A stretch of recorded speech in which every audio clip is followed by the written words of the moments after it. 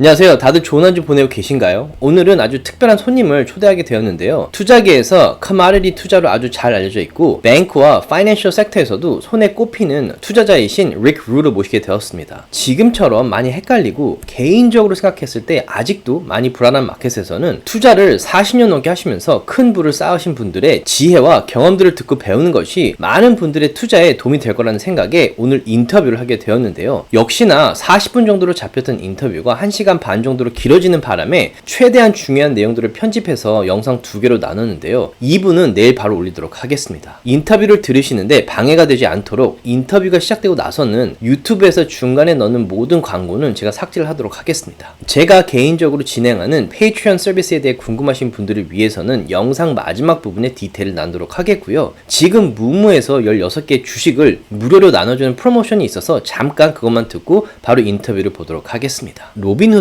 유사한 주식 투자 앱인 무무에서 미국이나 호주에 거주하시는 분들에게 무려 16개 주식을 무료로 나눠주는 프로모션을 하고 있다고 하니 관심 있으신 분들은 참고하시기 바라겠습니다. 등록하시고 100불만 디파짓 하셔도 5개의 주식을 무료로 받게 되시고요. 1000불을 디파짓 하시고 60일간 어카운트에 두시기만 하셔도 15개의 주식을, 그리고 5000불을 디파짓 하시고 60일간 어카운트에 두시기만 하시면 15개의 무료 주식과 테슬라 그리고 구글 중에 1개의 주식을 무조건 받게 되시기 때문에 관심 있으신 분들께서는 아래 디스크립션에 링크를 사용하셔서 무료로 최대 16개 주식을 받아가시기 바라겠습니다. 제가 만든 컨텐츠들은 어디까지나 정보 전달을 위한 영상들이기 때문에 절대 영상만 보시고 주식들을 매도하지 마시기 바라고요. 본인 스스로 반드시 리서치를 더 하신 다음에 판단을 내리시기 바라겠습니다. Hello, everyone.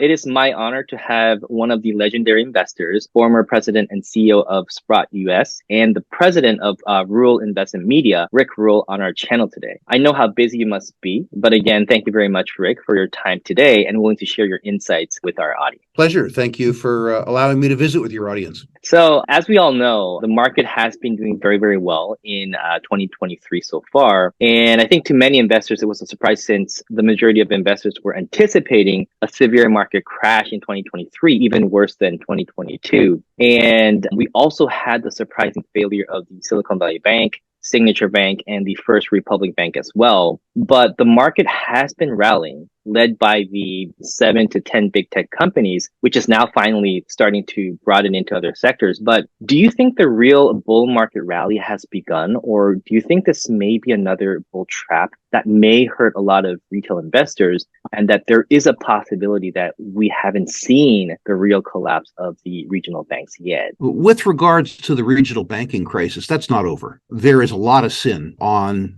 bank balance sheets. Commercial real estate sin. There's a lot of sin on those balance sheets. And there were a lot of banks who were as guilty as Silicon Valley Bank was of time mismatch.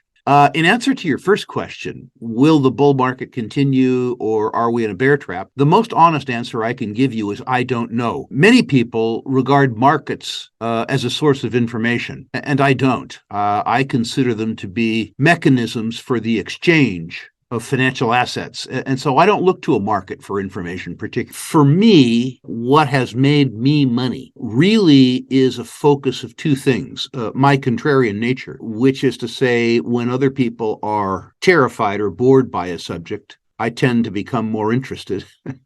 And the other is a slavish attention to financial fundamentals, to understanding, as an example, redundant assets or mispriced assets on a balance sheet, understanding the difference in earnings quality on various income statements. It has been, for me, the slavish focus on the micro that has given me the ability to stomach and survive all kinds of macro. So then I think this is also a question that I personally had. The market is rallying at this period, and it's mostly around the artificial intelligence hype. Are you ever worried about missing out on these rallies with the AI? Or I think a lot of people are, so would love to hear your thoughts as an expert that has been doing investment for a long time. I have absolutely no fear of missing out. When I was a younger man, I did. And what I learned was that fear of missing out was the author of most of my mistakes. I have learned to focus as an investor on certain subjects that I know better than other people. And I tend to leave subjects where I have a competitive intellectual disadvantage well alone. I have often subdivided my errors into two categories: errors of omission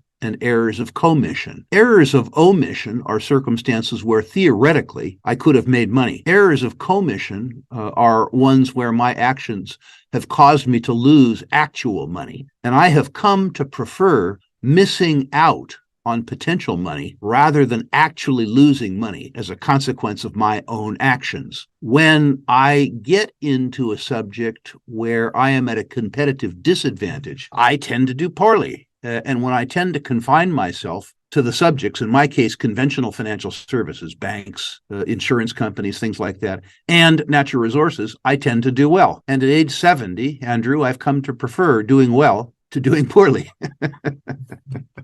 After hearing this, I have two questions that came up. But one is, in my case, at this market, which I think is uncertain, I have a huge portion in cash, actually in the short-term treasury bills with the 5% yield. And I'm trying to accumulate as much cash as possible. But a lot of people say that, Andrew, you're keeping cash where, with the high inflation, you're decreasing your purchasing power. And that's a stupid idea because the market is rallying. So one is, I would be really interested to hear your thoughts on having cash in a market like this. And if you could share how much you have in your portfolio. And the second thing is hearing about what you just said, where, you should invest in what you know and not be scared about missing out. Would you say that it would be even better for most investors to just invest in ETFs or indexes rather than picking individual stocks? I think for young investors, the most important investment is in yourself and in your own education. Most young investors, hell, most old investors, they're lazy. Don't be lazy. Read a lot, study a lot, follow the companies that you invest in religiously, read the proxies.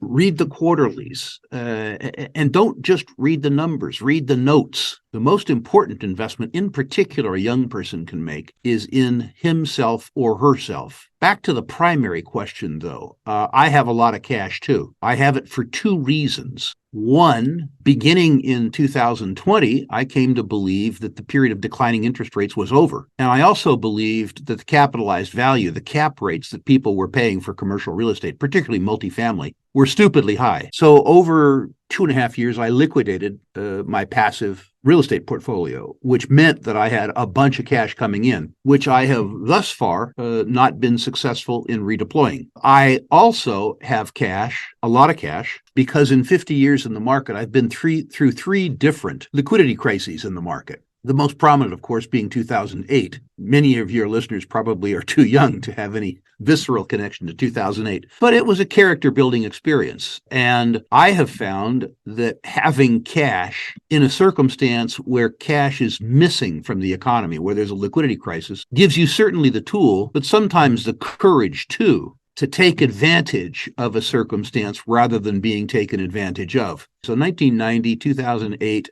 both of those circumstances, I had both the knowledge and the cash to take advantage of ugly market downturns rather than to be taken advantage of. So I consider the penalty in terms of purchasing power that I suffer from high cash balances to be an option premium against having the tool to take advantage of precipitous market declines, which I see as a possibility rather necessarily than a probability. That actually makes me feel much better because I think I'm the same boat there. A lot of people that were worried about the recession is now talking about, the soft landing, the CPI coming down, the Fed fund rate is not going to go up again. And they're saying it's all over, it's recovering. Do you think that the soft landing is really making progress, or do you think there will have to be a hard landing in the future with the, more increases with the Fed fund rate? I think that the Fed has done a reasonable job. I do believe that they should allow the interest rate to rise. And I believe that the strength in the U.S. economy in particular is much stronger than either they or I believed it would be. The Fed regards themselves as the only instrument of state policy that can reduce inflation. So I believe that they both can and will allow the interest rate to rise probably twice more, probably 25 basis points each. Two comments about that. I remember in 1975 when the Fed began to tighten interest rates, beginning in 1974, actually, to fight inflation. And I remember that the impact on the economy had a lag, which is to say it didn't show up immediately. I'm no economist, but it wouldn't surprise me to see the impact of higher interest rates in the economy in terms of the slowing of the economy have a delayed effect. One data point that one might observe, and by the way, I'm no economist. I'm a credit analyst, so I'm making this up, Andrew. One thing that the Fed has done a spectacular job of is the maintenance of confidence, causing people to believe that they're in control. I think a different issue is their ability to manipulate the sentiment of the market. As an example, when it suits them, by quoting, quote, core inflation, net of food and fuel. I guess that's relevant to people who don't eat or drive, but that doesn't apply to many of us. To me, the most egregious fraud, and I think it is fraud, I think it's deliberate, has been to cause people to view the construct known as the Consumer Price Index as a cost of living index. It isn't. Most people in the developed world, that includes Korea and the United States, should consider after-tax cost of living, not pre-tax, because tax is the largest household expense that most households in either country face. And the idea that they don't include tax in the calculation of a cost of living is insane. I can't speak to Korea, but in the United States, tax is larger than shelter, larger than food, larger than energy, and larger than transportation combined. And the idea that they have convinced the public that the CPI is a cost of living index is brilliant and fraudulent, but they've done it, and they've maintained amazing confidence. You know, I never thought about the tax part, but that makes total sense. I'm kind of like thinking and surprised. So if we do have a recession in the near future, what would you say would be a safe investment based on your experience? Would it be gold, silver, or people even talk about Bitcoin as the digital version of gold? But love to hear your thoughts on where you might think as a safe investment if a recession happened. 그리고 지금 제가 페이트런 서비스를 통해서 차트 분석과 제가 눈여겨보는 매수 매도 지점들, 그리고 제 실제 매수 매도들도 멤버들과 나누고 있는데요. 내려가는 마켓에서는 장기 투자 목적으로 매수해서 모아갈 주식들과 매수 지점들, 그리고 오르는 마켓에서는 상향 모멘텀을 이용해서 콜 옵션이나 단기 트레이드들도 나누고 있습니다. 최근에는 제가 차트 분석을 통해서 제가 실제로 한 트레이드들과 제가 눈여겨보고 있던 매수 매도 지점들을 차트로 만들어서 VIP 멤버들과 나누고 있는데요. 올해 4월부터는 제가 실제로 했던 트레이드들이나 제가 눈여겨보이는 매수 매도 지점들을 표로 만들어서 100주씩만 매수 매도 한다고 가정했을 때의 결과들을 표로 만들어서 멤버들과 나누고 있습니다. 자, 4월부터 지금까지 약 4,000불 정도의 수익이 났고요. 월별로도 수익을 보실 수가 있습니다. 자, 저는 개인적으로 돈을 잃는 것은 좋아하지 않기 때문에 리스크 테이킹을 최소화하면서 수익을 챙기려고 하고 있는데요. 리스크 테이킹을 더 하시면서 큰 수익을 목표로 트레이딩 하시는 분들을 위해서 주가가 더 오를 가능성이 높아 보이는 중요한 지점들 역시 차트 분석을 통해서 나누고 있습니다. 자, 서비스는 플래티늄과 VIP 멤버가 있는데요. 플래티늄 멤버들과는 격주로 줌 미팅을 진행할 생각이고요. 매일매일 마켓의 인사이트, 시킹 알파에서 매달 추천하는 가장 저평가되고 오를 확률이 높은 두 개의 주식들, 매주 전문 투자자들이 눈여겨보는 주식들, 그리고 제가 올해 눈여겨보는 주식 리스트를 업데이트 되는 대로 다 나눌 생각입니다. VIP 멤버들과는 방금 말한 서비스에 더해서 새 4명의 전문 투자자들이 제공하는 유료 서비스를 구독해서 이분들의 철저한 리서치를 바탕으로 10배 이상 성장할 가능성이 높은 추천 주식 포트폴리오들, 올해 이미 200% 이상 수익낸 주식들이 대부분인데요. 이분들의 포트폴리오도 업데이트 되는 대로 다 나누도록 하겠고요. 제가 장기 투자 목적으로 매수하는 주식들과 트레이드할 경우 매수 매도 지점, 그리고 제가 하는 옵션들도 함께 나누도록 하겠습니다. 이런 페이트리언 멤버십 서비스에 관심 있으신 분들께서는 아래 디스크립션에 링크를 클릭하셔서 함께 했으면 좋겠습니다. 조금이라도 도움이 되셨다면 주위 분들과 나눠주셨으면 너무 고맙겠고요. 구독과 라이크를 해주시면 더욱 감사하겠습니다.